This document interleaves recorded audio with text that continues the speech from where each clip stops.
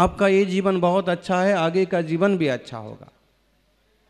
इसने बताया कि बेटा वहाँ रहता है, लेकिन फिर भी आप कह रहे हैं और ऐसा है, मुझे अपना हित करना है, मैं लेती हूँ व्रत, मैं प्रतिमा लेती हूँ।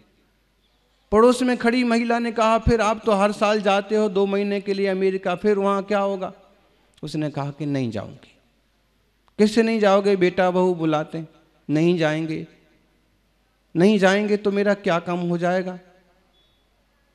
अनंत जीव राशि है, आलू के जीव आलू में ही पड़े पड़े मरते हैं, यहाँ की नाली के जीव नली में ही पड़े पड़े मर जाते हैं। कितने देशवासी हैं जो अपने गांव से बाहर का रास्ता नहीं जानते हैं, और हैं कि नहीं वे एक जगह, वे अपने दुख के कारण से हैं, लेकिन मैं खुशी से बाहर नहीं जाऊंगी। हमारे मुनिराज भी तो संकल्प करते हैं चतुर्मास में कहीं नहीं जाएंगे, और कहीं भी जाते हैं तो पैदल पैदल ही जाते हैं, जीवों की रक्षा करते हैं। उनका क्या बिगड़ता है? उनने तो अपनी लालसाओं को रोक दिया है, मैं भी लालसाओं को रोकूंगी। हवाई जहाज में बैठने का शौक, अमेरिका के खाने पीने घूमने का शौक मैं छोड़ती हूँ। महाराज जी मुझे प्रतिमा दो। बहुत कम जीव मिलते हैं। गुणव्रती यही तो करता है, वो दिग्व्रत की मर्यादा करता है। अच्छा, ये भी मना नहीं किया है कि आप दिग्व्रत ले लो तो अमेरिका मत जाओ। तपस्वी सम्राट गुरुदेव तो एक दिन किसी श्रावक को समझाते हुए यहां तक बोले, ऐसा नियम कर ले, जितनी बड़ी वर्तमान की पृथ्वी है उससे बाहर नहीं जाऊंगा जीते जी। बताइए अब और क्या हो सकता? तेरी एक मर्यादा तो हो गई। नरक में होने वाला पाप तो तेरे से बच गया, स्वर्ग में होने वाला पाप तेरे से बच गया, उसके विकल्प तेरे से दूर हो गए। कम से कम यही नियम ले ले। नहीं महाराज जी, मैं वर्तमान पृथ्वी के बाहर, अगर विज्ञान खोज कर रहा है चंद्रमा पर बस्ती बन गई तो मुझे वहां भी जाना पड़ सकता। ऐसे लोभियों की क्या बात करेंगे? मर्यादा करो। पता है चतुर्मास में हमें कहीं नहीं जाना है, पता है कि हमें विदेश नहीं जाना, संकल्प करो कहीं विदेश नहीं जाएंगे। अथवा बेटा ब्रिटेन में है, बस साल में एक बार जाएंगे, बाकी मेरा त्याग। दिग्व्रत में दिग्व्रत की मर्यादा ले ली, दिशा की मर्यादा हमने मर्यादा की भारत में, अटक से कटक, कश्मीर से कन्याकुमारी, हम कहीं नहीं जाएंगे, इसके बाहर नहीं जाएंगे। अथवा मर्यादा की हम गुजरात में हैं, गुजरात से 1,000 किलोमीटर सब तरफ जा सकते, उसके बाहर नहीं जाएंगे। तो कहा है कि बढ़िया काम किया, लेकिन एक दिग्व्रत की मर्यादा पालन करो और इसमें अतिचार मत लगाओ। अतिचारों के बारे में अमृतचंद्र स्वामी पुरुषार्थ सिद्धि उपाय में कहते हैं, ऊर्ध्वमधस्ता तिर्यक व्यतिक्रमा क्षेत्र वृद्धिराधानम स्मृत्यंतरस्य गदिता पंचयति प्रथमशीलस्या। प्रथम शील व्रत कहो, पहला गुण व्रत कहो है दिग्व्रत। इसमें जो मर्यादा की, मैं ऊपर 5 किलोमीटर तक जाऊंगा, शिखर जी की आखिरी टोंक तक जाऊंगा, गिरनार जी की सबसे ऊंची चोटी तक जाऊंगा। अब आजकल के ज़माने में आप हवाई जहाज की उड़ान की बात कर लो, ज़्यादा से ज़्यादा कितने ऊपर उड़ता हवाई जहाज? जमीन से 1 किलोमीटर, 2 किलोमीटर। मैं 5 किलोमीटर ऊंचाई तक जाऊंगा। अगर 5 किलोमीटर से ज़्यादा ऊंचा उड़ने लगा हवाई जहाज, तो वहीं जाकर के पायलट की कलर पकड़ लो। ऐसे इसीलिए तो कहा कि पहले ही से होश रखो, इसके ऊपर नहीं जाना, मतलब वैसे वाहन का प्रयोग भी नहीं करना। और अतिचार लग गया तो वहां जाके किसी से झगड़ा मत करो, आके गुरु से प्रायश्चित लो। ऐसे ही नीचे में इतना गहरे जाऊंगा। अब नीचे गहरे जाने का मतलब था कि कहीं कहीं जमीन की गहराई में भी जिन मंदिर वगैरह होते हैं, गुफाओं में नीचे तरफ ऐसा। और कभी समुद्र की यात्रा में, अब पनडुब्बियां आ गई तो पनडुब्बी भी कितने नीचे जाती है, तो उसकी भी मर्यादा हो सकती है। तो ऊपर की, नीचे की, चारों दिशाओं की मर्यादा करके फिर ऊर्ध्व अधस तिर्यक मर्यादा नहीं बढ़ाना। ऊपर की मर्यादा नहीं बढ़ाई है, जैसे हम देश में देश की यात्रा हवाई जहाज से करेंगे तो उसकी एक ऊंचाई औसत होती है, लेकिन इंटरनेशनल एयरवेज, इंटरनेशनल एयरप्लेन्स होंगे तो उनकी ऊंचाई और ज़्यादा हो, काफ़ी ज़्यादा होगी। तो फिर जो मर्यादा ली है उसका पालन करो। नीचे लोभ के कारण से समुद्र की गहराई में इतने नीचे हीरे मोती माणिक निकले हैं, और नीचे जाना, खान में और नीचे खोदते जाना, पत्थर का व्यापार है, अपनी मर्यादा से नीचे काम कर रहे हैं, खोद रहे हैं, खुद भी जा रहे हैं, तो क्या है? अतिचार है। ऐसी तिरछे में हमने मर्यादा की है, दिग्व्रत लिया है। इस तरफ शिखर जी या खंडगिरी उदयगिरी, पश्चिम में गिरनार जी या शत्रुंजय, दक्षिण में बाहुबली गोमटेश्वर, अथवा समझ लो कि अरहंतगिरी कनकगिरी, उत्तर में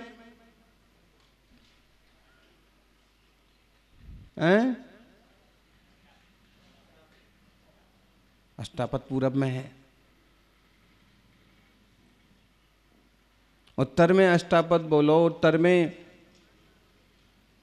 बुंदेलखंड के तीर्थ बोलो, तो वहां तक जाएंगे। अभी मर्यादा की है तो उसका उल्लंघन नहीं करना, करते हैं तो 3 अतिचार हो गए।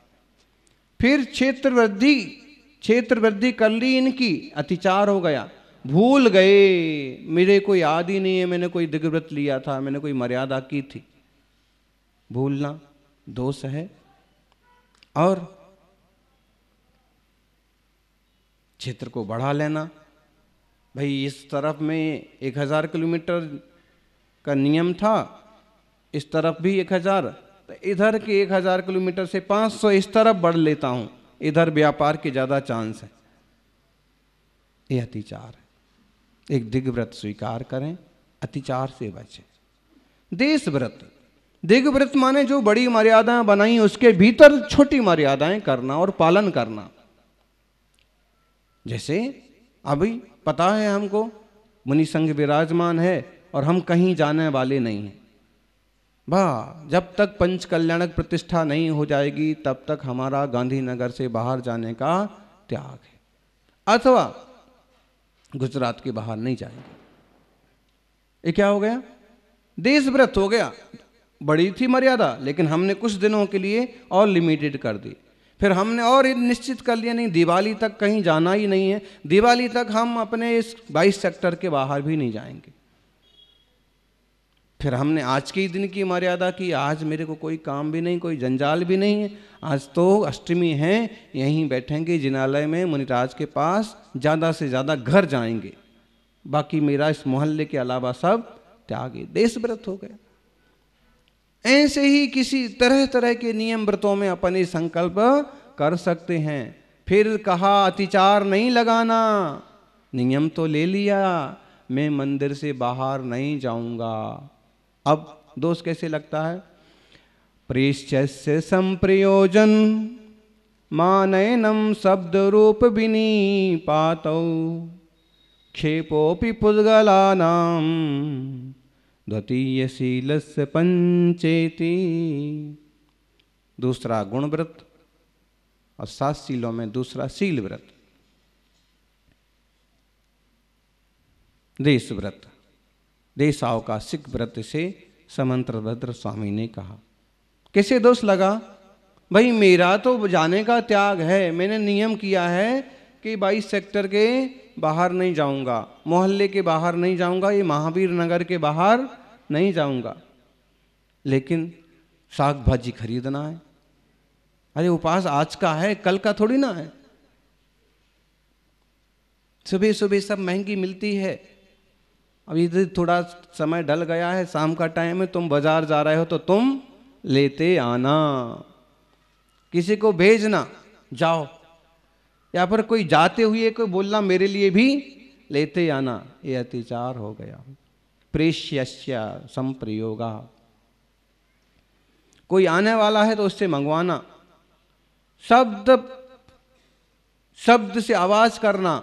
नियम तो था मंदिर के बाहर नहीं जाना, लेकिन साग भाजी वाला यहीं से निकल रहा है, अब बाहर तो नहीं जाना, लेकिन मंदिर में से जोर से आवाज लगाना। घर के बाहर तो नहीं जाना, बाउंड्री गेट पर खड़े होके चौराहे वाले को आवाज लगाना, है भैया सब्जी वाले, फल वाले। ये क्या हो गया? नियम जब था कि घर के बाहर नहीं जाना है, तो आवाज लगा के किसी को बुलाना भी अतिचार है। और आजकल तो मोबाइल आ गया, इससे तो कहो साधु संत नामधारी भी नहीं बचे। उनका कहने को तो महाव्रत है, लेकिन हलो हलो यहां से दुनिया भर में कर रहे हैं। श्रावक को भी देखा जाए तो मोबाइल का यूज नहीं करना चाहिए। व्यापार आदि के निमित्त अथवा जमाने के हिसाब से उसको उपयोग करना है, तो अपने उसी ढंग के नियम ले और उसी ढंग से उपयोग करे, उसका दुरुपयोग तो नहीं करे। ऐसी विचित्र चीज हो गई ये है। बच्चा पहले रोता था दूध पीने के लिए, मम्मी दूध पीना है, भूख लगी है, और अब रोता है मोबाइल के लिए। कितने उदाहरण देख लेना आप।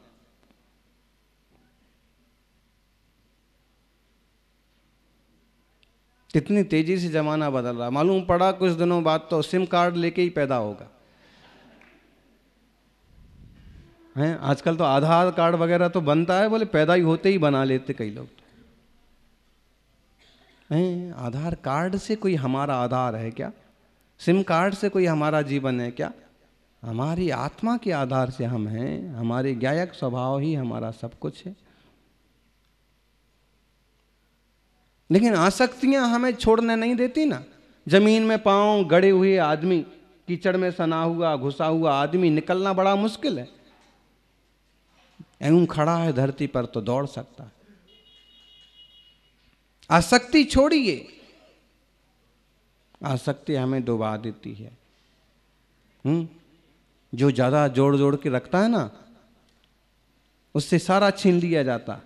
अभी सुना आपने, यूं जो दान करता है, जो निकालता जाता है, उसके साथ उतनी छेड़छाड़ नहीं होती है, उसको उतना दुख नहीं भोगना पड़ता। जैसे आम का पेड़ पक जाते हैं तो गिरा देता है, कभी कोई जरूरतमंद आता है तोड़ ले जाता है, लेकिन उसी का फिर मूली, गाजर, प्याज, मूंगफली ज़्यादा छुपा छुपा के रखते हैं, ज़्यादा बचा बचा के रखते हैं, तो उनको जड़ मूल से उखाड़ के फेंक दिया जाता, उपयोग किया जाता। इसलिए क्या आसक्ति करना, क्या जोड़ना। आसक्ति है तभी तो हम अपने व्रत नियम में दोष लगा देते हैं। अब जब हमने नियम किया है बाहर नहीं जाना तो नहीं जाना, बात नहीं करना तो नहीं करना, मौन है तो है। तो प्रियश्य, किसी को मर्यादा के बाहर भेज करके, किसी से मंगवा करके, शब्द बोल करके, फोन करके, कंकर आदि से इशारा करके, है तो हमारा मौन, लेकिन हमने करके इशारा किया, फिर भी उसको समझ में नहीं आया, तो यूं कंकर उठा करके ये वाली किताब उठाना है या ये वाला सामान लाना है, उस सामान पर फेंक दिया। या हमारी आवाज़ भी आप नहीं सुन रहे तो उठाया एक कंकर और दे मारा, वो पीछे मुड़ के देखा। ऐसे करते हैं ना, देखो कौन कौन करता है, बहुत लोग करते हैं। लेकिन कहा कि अगर आपने वैसा कोई व्रत लिया है तो फिर आप उल्लंघन मत करिए। मौन लेकर के हूं करना और दांत दबा करके बात करना बहुत गंदा काम, ऐसा बंदर जैसा स्टाइल हो जाता है। जब मौन है तो है, बहुत शालीनता से हूं करना, तो शालीनता से ज्यादा भुड़कना भी गंदा लगता है। तो ये देश व्रत के अंतर्गत मर्यादा करना चाहिए, पुद्गलक्षेप वगैरह नहीं करना और अच्छे से अपने व्रतों का पालन करना। ज्ञानियों, तीसरा गुण व्रत है अनर्थ दंड त्याग।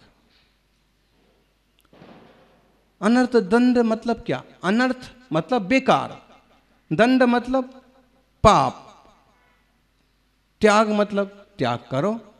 अनर्थ दंड त्याग करोगे तो व्रत बन जाएगा, और अनर्थ करोगे तो दंड मिलेगा, पाप लगेगा। जैसे अनर्थ दंड बहुत करते हैं लोग। कैसे करते हैं? कुछ भी मतलब नहीं है। घर के आंगन में घास लगवा ली, रोज घास छाट रहे हैं, काट रहे हैं, चल रहे हैं, पानी डाल रहे हैं, इससे तुम्हारे लिए क्या लाभ है? आप कहोगे डॉक्टर ने कहा है हरी हरी घास पर चलना। हरी हरी घास पर चलते कौन है मालूम है आपको?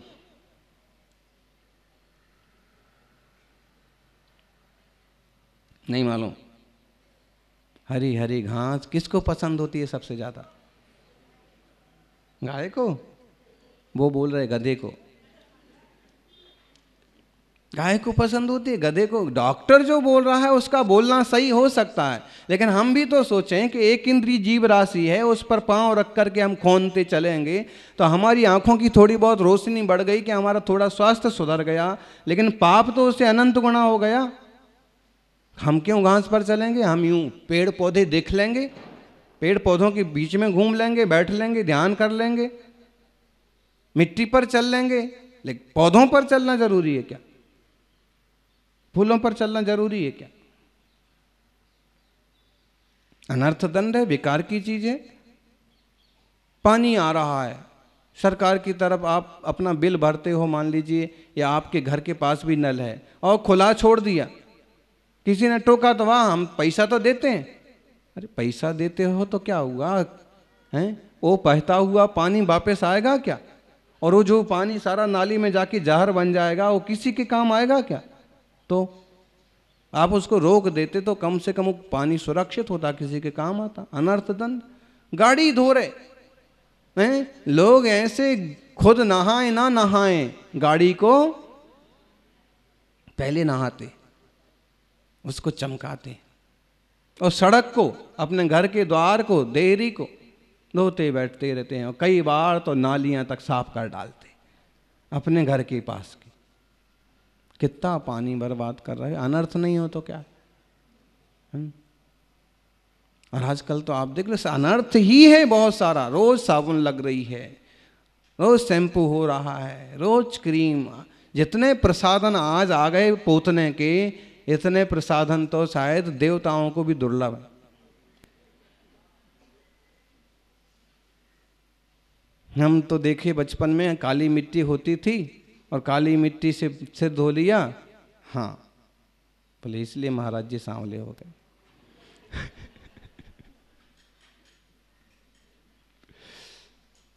उससे जो विटामिन, जो तरोताजगी मिलती है, मुल्तानी मिट्टी है। आप जो इस चीज का प्रयोग कर रहे हैं, सो शरीर को, त्वचा को तो नुकसान होता ही है। वो जो जीव नाली वगैरह में पैदा हो जाते हैं, वो अनंत जीव राशि तड़प जाती है साबुन से, सर्फ से, वॉशिंग पाउडर से।